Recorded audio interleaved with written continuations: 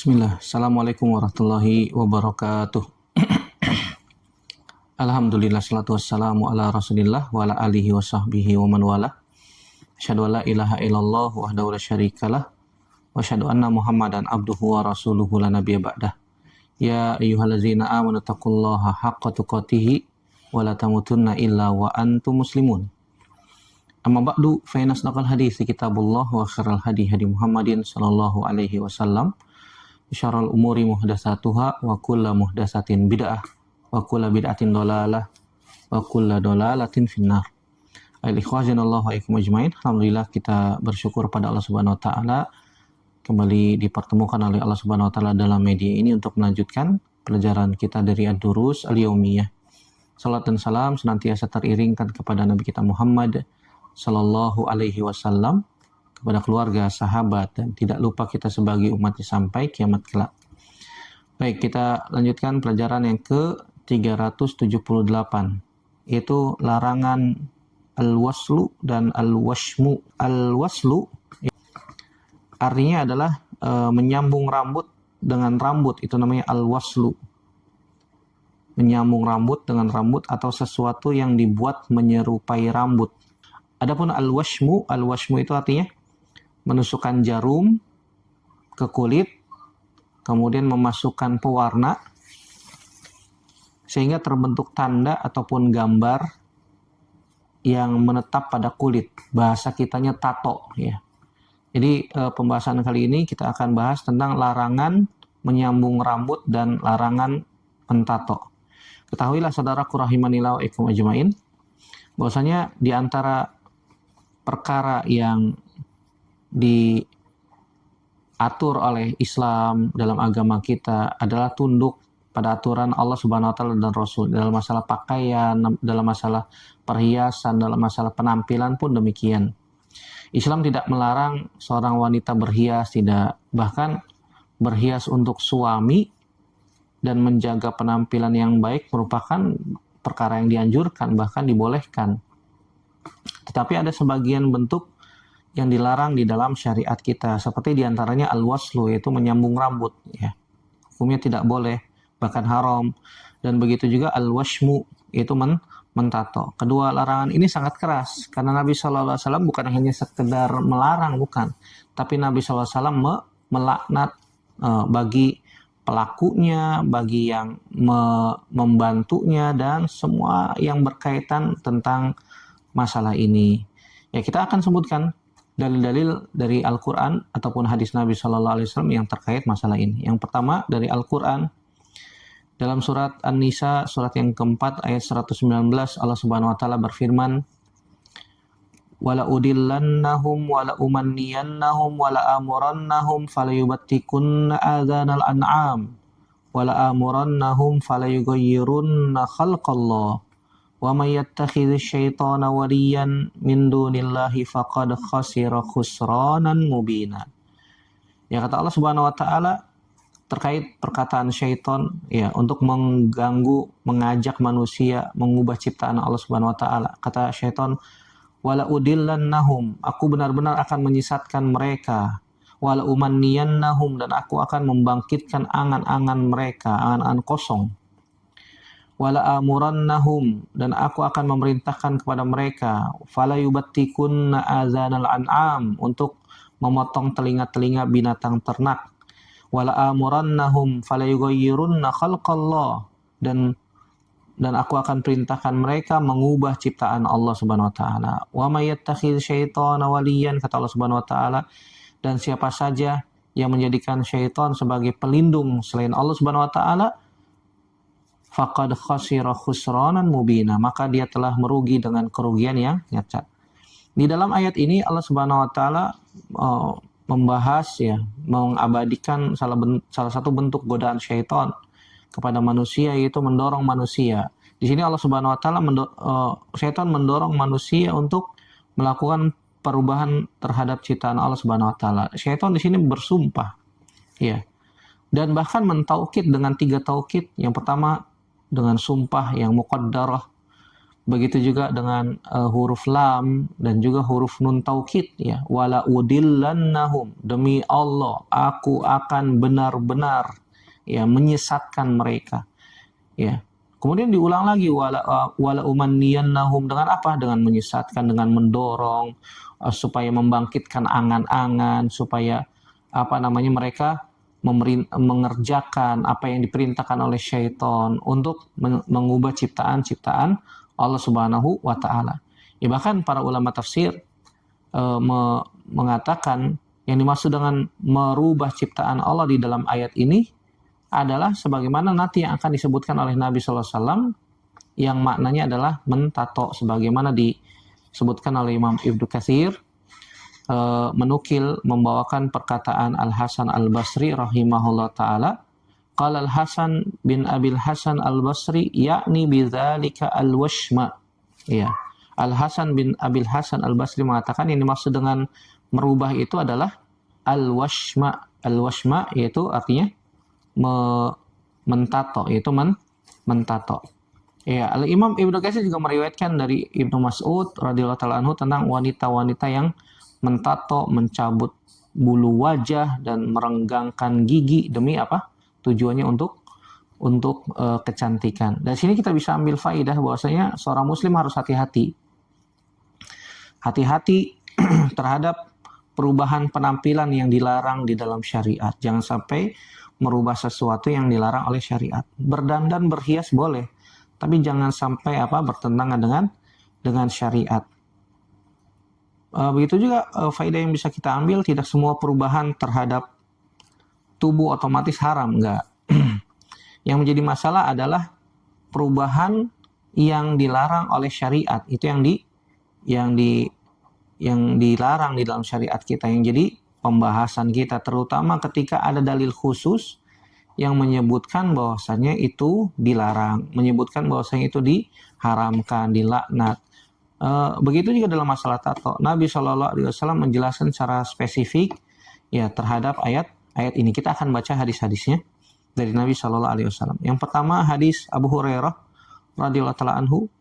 Nabi Shallallahu Alaihi Wasallam bersabda, la'anallahul wasilah wal mustausilah wal washimah wal mustaushimah. Hadis riwayat Imam Bukhari nomor 5933. Kata Nabi SAW, Allah Subhanahu wa taala melaknat wanita yang menyambung rambut dan wanita yang meminta agar rambutnya disambungkan. Ya, Nabi SAW juga melaknat wanita yang mentato dan juga wanita yang meminta agar dirinya ditato. Ini maksud dengan al-wasilah tadi, wanita yang menyambungkan rambutnya dengan rambut yang lain. Kenapa disebutnya perempuan, Ustaz? Ya karena kebanyakan yang menyambung rambut tuh perempuan, laki-laki nggak ada yang disambung rambutnya, nggak ada. Ya, karena fitrahnya laki-laki kan rambutnya pendek. Beda sama perempuan supaya dilihat cantik rambutnya disambung, ya, supaya panjang, supaya indah, supaya menarik dan seterusnya. Kebanyakan makanya Nabi SAW menggunakan lafaz muannas di sini, al-wasilah wal mustausilah. Ya, wanita yang disambung rambutnya atau wanita yang minta orang lain untuk disambung. Ya. Dengan demikian larang ini tidak hanya mengenai orang yang melakukan pemasangan rambut, tapi juga orang yang minta untuk dipasangkan, ya. Seperti kata Imam Nawawi rahimahullah taala terkait masalah ini, beliau mengatakan in wasalat sya'raha bi sya'ri adamiyyin fahuwa haramun bila khilafin. Sawa'un kana sya'ru rajulin aw imra'atin wa sawa'un sya'rul mahrami wa zauji wa ghairihima. Apabila ada seorang wanita menyambungkan rambutnya dengan rambut manusia, maka hukumnya haram tanpa adanya khilaf, tanpa adanya perselisihan pendapat di kalangan para ulama. Baik itu rambut bekas laki-laki ataukah itu rambut bekas perempuan. Baik itu rambut bekas rambutnya mahram atau rambut suami atau selainnya, tetap tidak boleh. Ya. Rambut manusia tidak boleh dijadikan sebagai bahan untuk menyambung rambut yang lain. Walaupun rambut tersebut berasal dari rambut sendiri kah, atau rambut sendiri yang pernah dipotong kemudian dikumpulkan dijadikan untuk menyambung rambut, ini nggak boleh. Atau rambut suami, bekas rambut suami dikumpulkan, atau bekas rambut mahram, atau bekas rambut wanita yang lain, atau rambut laki-laki yang lain, tetap sama. tetap sama, karena Nabi Shallallahu Alaihi Wasallam menyebutkan di sini dengan laknat, ya. Allah Subhanahu Wa Taala melaknat al-wasilah, wanita yang menyambung rambutnya, al-mustausilah, dan wanita yang minta disambung rambutnya. Adapun al-washimah itu artinya wanita yang melakukan tato untuk dirinya sendiri, ya. Atau dia melakukan tato untuk orang lain, dia mentato orang lain, ya. Atau al-mustaushimah artinya wanita yang minta ditato, Jadi yang dimaksud dengan al-washma itu artinya menusukkan jarum, ya, sebagaimana kata para ulama disebutkan, seperti Imam Nawawi menyebutkan bahwasanya yang dimaksud dengan al-washma itu artinya menusukkan jarum atau alat yang sejenis ke kulit sampai keluar darah. Kemudian bagian tersebut diberikan bahan tertentu, pewarna, sehingga kulitnya berubah warna, kemudian membentuk tanda, membentuk gambar, ya bahasa kitanya tato lah, ya, mentato. Dari sini kita bisa ambil faedah bahwasanya menyambung rambut, mentato itu perkara yang dilarang dalam syariat, hukumnya haram, tidak boleh. Seorang muslim tidak boleh mentato ataupun minta ditato ataupun mentato. Karena Nabi SAW menggunakan lafaz laknat, ya, la'ana. Ini ancaman keras dari Nabi Shallallahu Alaihi Wasallam. Jangan sampai kita mengatakan cuma sedikit doang Ustadz. Jangan, ya, tetap walaupun sedikit, ya.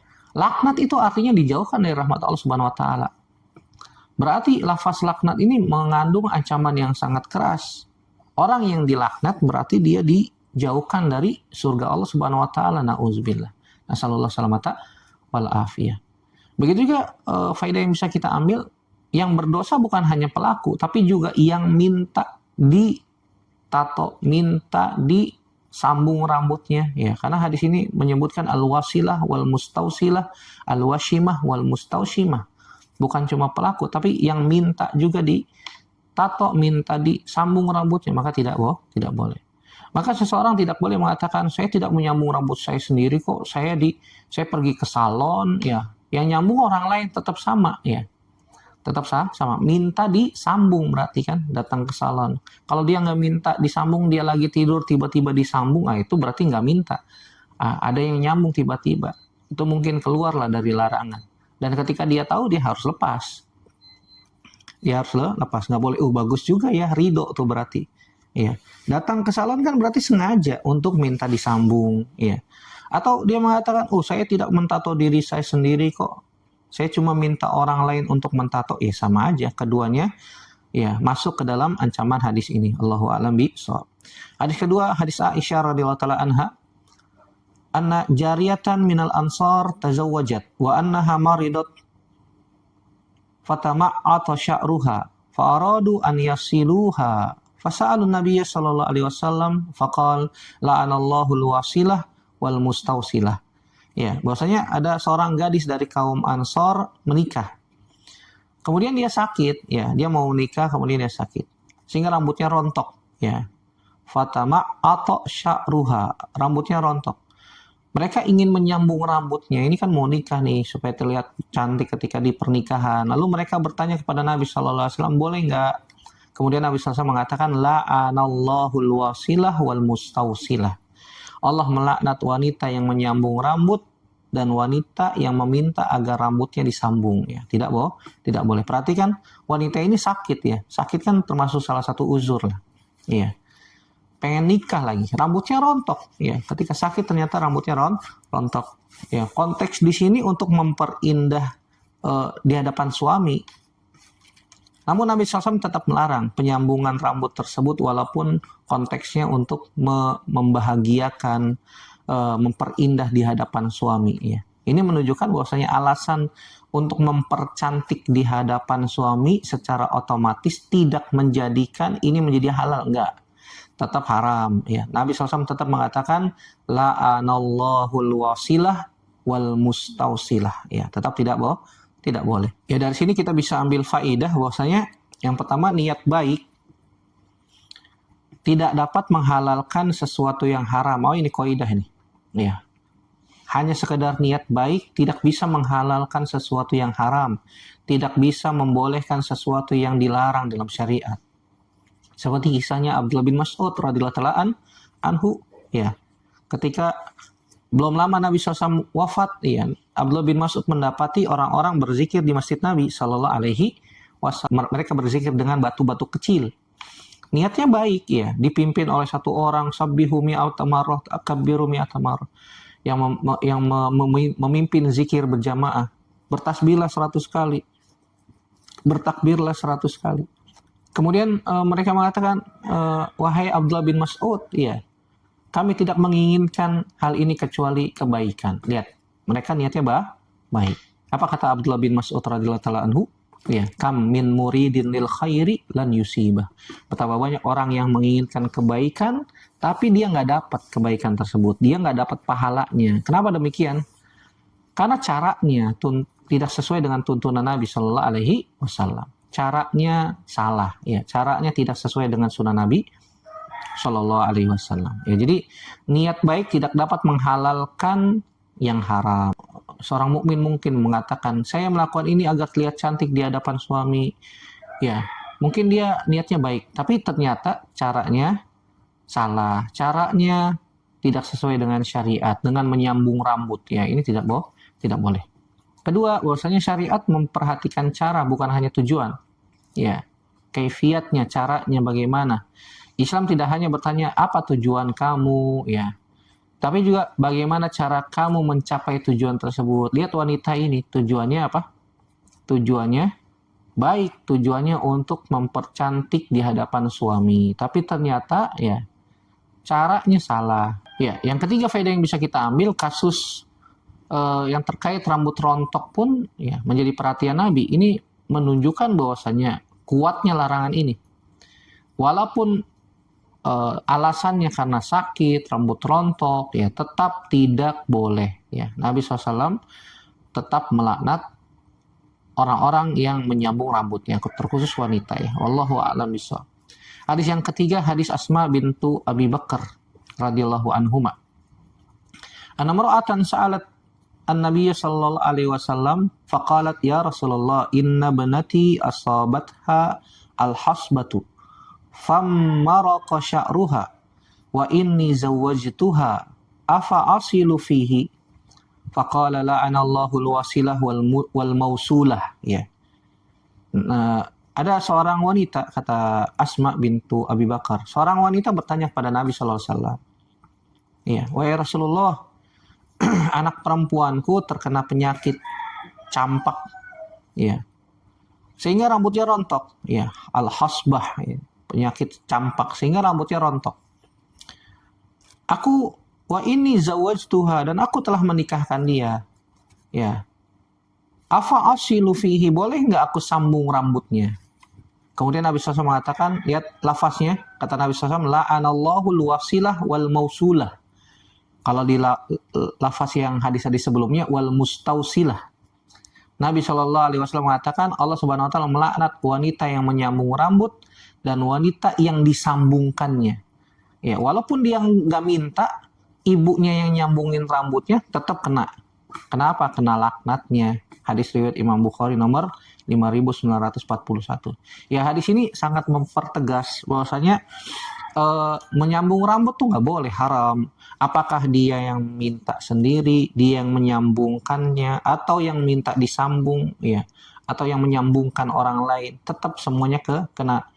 Walaupun tujuannya mempercantik diri di hadapan suami dalam rangka pernikahan, ya, tetap tidak boleh, dilarang oleh Nabi Shallallahu Alaihi Wasallam. Ini sangat tegas.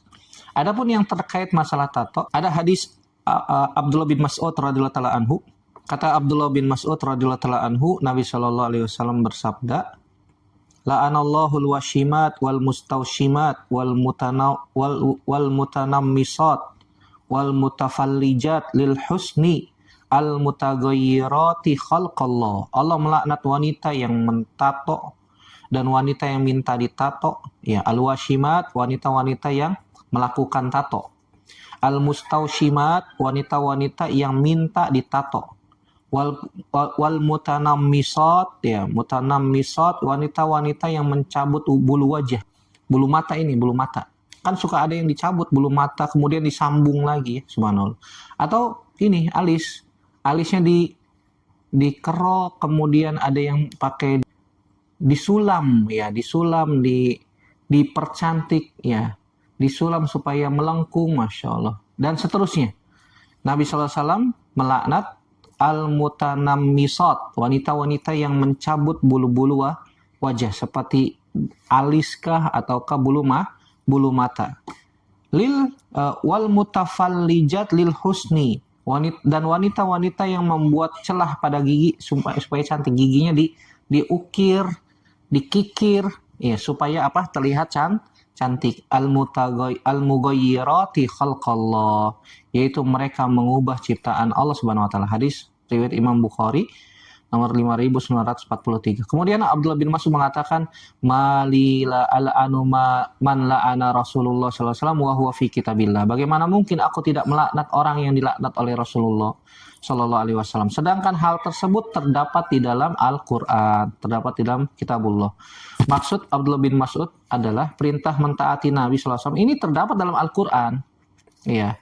Karena Allah Subhanahu wa taala mengatakan, wa ma atakumur rasulu fakhuzuhu wa ma nahakum anhu fantahu. Apa yang datang dari Nabi sallallahu alaihi wasallam maka ambil. Apa yang diberikan oleh Nabi sallallahu alaihi wasallam ambil, dan apa yang dilarang maka tinggalkan. Dalam surat Al-Hasyr, ya, surat yang ke-59 ayat 7. Imam Nawawi menjelaskan, fahuwa haramun 'alal fa'ilah wal maf'uli biha bi ikhtiyariha wat talibati lahu.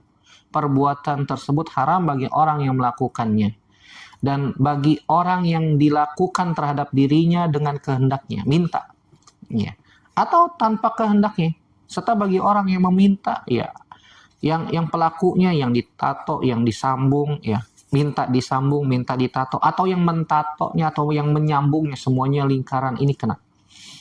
Semuanya kena semua. Kena apa? Kena laknat dari Nabi Shallallahu Alaihi Wasallam, dan Allah Subhanahu Wa Taala melaknat. Begitu juga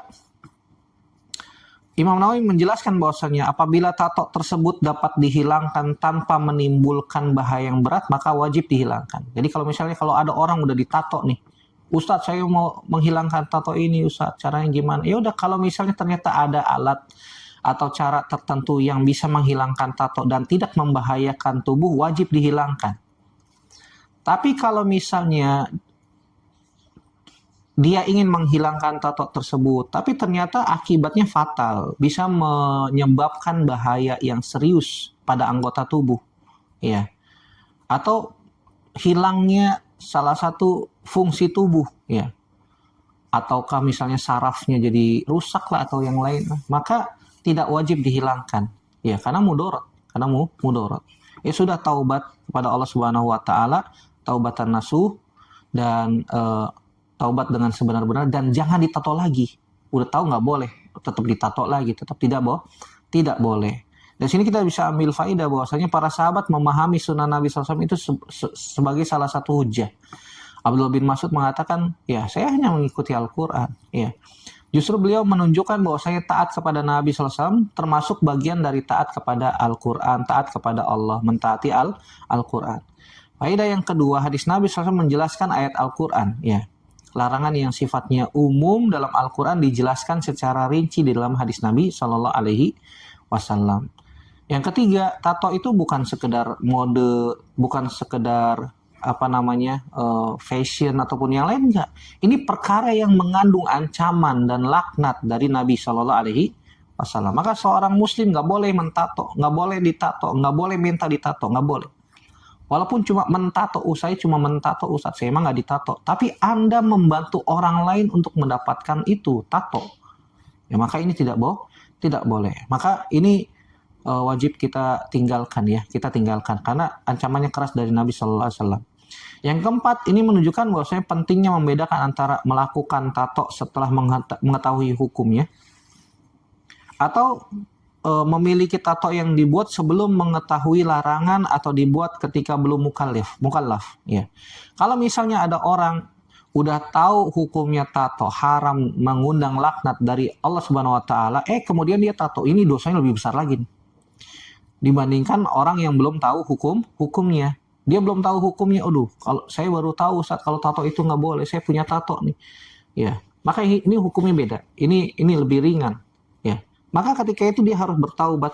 Ya, minta ampun kepada Allah Subhanahu Wa Taala. Kalau bisa dihilangkan dengan tidak menimbulkan mudarat pada tubuhnya, atau ada mudarat kecil, ya, tidak membahayakan, ya, tidak menghilangkan fungsi saraf dan seterusnya, maka wajib dihilangkan. Tapi kalau misalnya ternyata dia berusaha untuk menghilangkan tato itu, tapi ternyata bisa menimbulkan mudarat yang besar bagi tubuhnya, maka tidak wajib dihilangkan. Ya, bertaubat kepada Allah Subhanahu wa taala dengan taubat yang sesungguhnya dan takwa kepada Allah Subhanahu wa taala. Begitu juga kalau misalnya ada orang yang belum masuk Islam, dia pernah ditato kemudian dia masuk Islam. Ya, ini hukumnya beda ketika dia sudah masuk Islam kemudian mentato. Ya. Ini hukumnya beda lagi. Maka ini harus dibedakan. Dan sunnah Nabi SAW tidak boleh dipertentangan dengan Al-Quran. Ingat bahwasanya akidah Ahlussunnah wal Jamaah meyakini bahwasanya Al-Quran sama hadis Nabi nggak ada yang kontradiksi, nggak ada. Ya, kalau misalnya ternyata ada seakan-akan yang kontradiksi, maka jangan tuduh dalilnya, jangan, tapi tuduh pemahaman kita. Jangan-jangan saya belum paham tentang ayat ini, saya belum paham tentang hadis ini, saya belum baca tentang tafsir ayat ini, saya belum baca tentang penjelasan ulama terkait hadis ini. Ya. Jangan tuduh dalilnya, jangan, tapi tuduh pemahaman kita. Mungkin kita belum baca penjelasan para ulama terkait dalil-dalil tersebut. Kalau misalnya ada yang bertanya, Ustadz, kalau misalnya pakai rambut palsu, apakah termasuk dalam larangan ini? Ya. Maka ini dijawab oleh para ulama, dan para ulama sangat hati-hati dalam masalah ini. Ya, mereka berbeda pendapat tentang masalah menyambung rambut dengan sesuatu yang bukan rambut manusia. Ya, yang bukan rambut manusia. Sintetis lah bahasa kitanya, rambut sintetis, ya, bukan rambut asli, bukan. Al-Imam Ibnu Hajar Al-Asqalani menyebutkan wa hadzal haditsu hujjatun lil jumhur fi man iwasli sya'ri bi syai'in akhar sawa'un kana sya'ran am la. Hadis ini menjadi hujah bagi jumhur dalam melarang menyambut rambut dengan sesuatu yang lain. Apakah itu terbuat dari rambut asli ataukah bukan rambut asli? Iya. Kemudian beliau Al-Imam Ibnu Hajar juga menyebutkan bahwasanya sebagian ulama membedakan antara menyambung dengan rambut dan penyambungan dengan sesuatu yang bukan rambut. Seperti kain misalnya, ya. Karena dalam masalah ini menyambung rambut dengan rambut palsu, maka perlu dilihat bentuknya. Yang jelas haram itu menyambung rambut dengan rambut manusia. Ini jelas-jelas haram. Yang kedua, ada yang menyambung rambut dengan sesuatu yang menyerupai rambut, sehingga orang melihatnya menyangka itu adalah rambut asli. Kalau ternyata demikian, tujuannya sebagai penyamaran, penipuan, ya ini termasuk dari larangan itu. Tetap tidak boleh. Tetap tidak boleh. Adapun benda yang bukan rambut dan jelas itu bukan rambut, seperti menyambung dengan hiasan rambut misalnya, maka sebagian ulama memberikan keringanan. Ya, apabila benda tersebut tidak menyerupai rambut dan tidak mengandung unsur penipuan, misalnya hiasan rambut, jepitan rambut, ya, atau ikat rambut, ya, supaya rambutnya lebih rapih misalnya, bisa berupa kain ataupun yang lain sebagai perhiasan, maka ini tidak mengapa, ya, tidak mengapa. Tapi kalau misalnya ternyata itu hiasan di rambut yang seperti rambut, yang nampak seperti rambut dan menyerupai rambut, terlihat rambutnya lebih tebal misalnya, terlihat rambutnya lebih panjang, ya, maka ini tidak boleh. Tidak boleh, ya. Maka harus diperhatikan, ya. Jangan sampai kita terkena ancaman laknat dari Nabi SAW dan Allah melaknat orang-orang yang melakukan hal yang demikian, ya. Allahu a'lam bishawab. Kayak misalnya mainan-mainan ada jepitan, dia jepitan tuh, tapi ada rambutnya, dipasang, dijepit di rambut anak-anak misalnya. Jadi kelihatan rambutnya seperti kelihatan lebih panjang. Maka ini tetap tidak boleh, ya. Ini penting agar kita mengetahuinya dengan dalil supaya tidak merubah ciptaan Allah. Apakah semua perubahan pada tubuh diharamkan, Ustadz? Jawabannya enggak. Ya, kalau potong rambut ya nggak apa-apa. Laki-laki potong rambut, wanita misalnya rambutnya panjang dipotong dikit ya nggak apa-apa. Ya, seperti misalnya Ketika umroh, ketika haji nggak ada masalah dipotong dikit ya. Tapi kalau dipotong banyak sampai menyerupai laki-laki, ini hukumnya nanti jatuh kepada pembahasan kita sebelumnya. Itu wanita menyerupai laki-laki nggak boleh. Memotong kuku nggak apa-apa, dianjurkan, ada hadisnya, kita diperintahkan untuk memotong kuku, ya, mencukur rambut yang emang dianjurkan untuk dicukur bagi laki-laki ataupun perempuan sedikit misalnya, seperti umroh, haji, ya, merawat kulit dengan minyak ataupun kosmetik yang halal atau mengobati penyakit, ya, melakukan tindakan medis untuk menghilangkan cacat misalnya, semua ini otomatis tidak haram, ya, tidak haram. Yang menjadi masalah adalah melakukan perubahan yang dilarang oleh syariat. Ada dalil yang melarangnya. Jelas-jelas, jelas ya. Dan ada sebab-sebab yang disebutkan oleh para ulama sehingga hal itu tidak boleh. Seperti mengubah ciptaan Allah tanpa kebutuhan. Seperti melakukan penipuan, penyamaran, tato, dan perkara yang secara khusus dilaknat oleh Nabi SAW, maka ini tidak boleh. Wallahu a'lam bishawab. Ingat bahwasanya kecantikan bukan hanya soal penampilan ya. Allah Subhanahu wa taala menyebutkan yang paling bertakwa ya adalah yang terbaik dari kita semua. Ingat, jangan suka mengikuti tren tanpa ilmu, jangan. Sesuatu yang sedang viral belum tentu halal.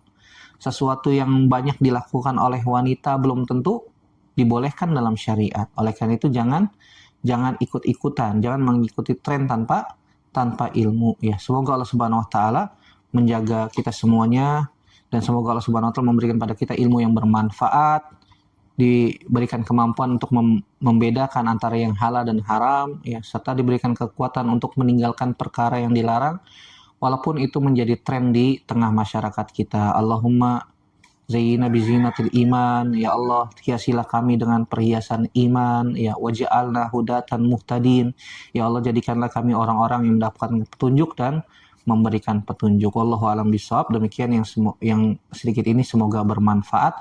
Yang benar datangnya dari Allah saja dan Rasulnya, yang salah murni dari saya pribadi. Kita bertaubat kepada Allah Subhanahu wa taala dari kesalahan kita. Aku qouli hadza astaghfirullah li wa lakum. Subhanakallahumma bihamdik, asyhadu an la ilaha illa anta astaghfiruka wa atubu ilaik. Wassalamualaikum warahmatullahi wabarakatuh.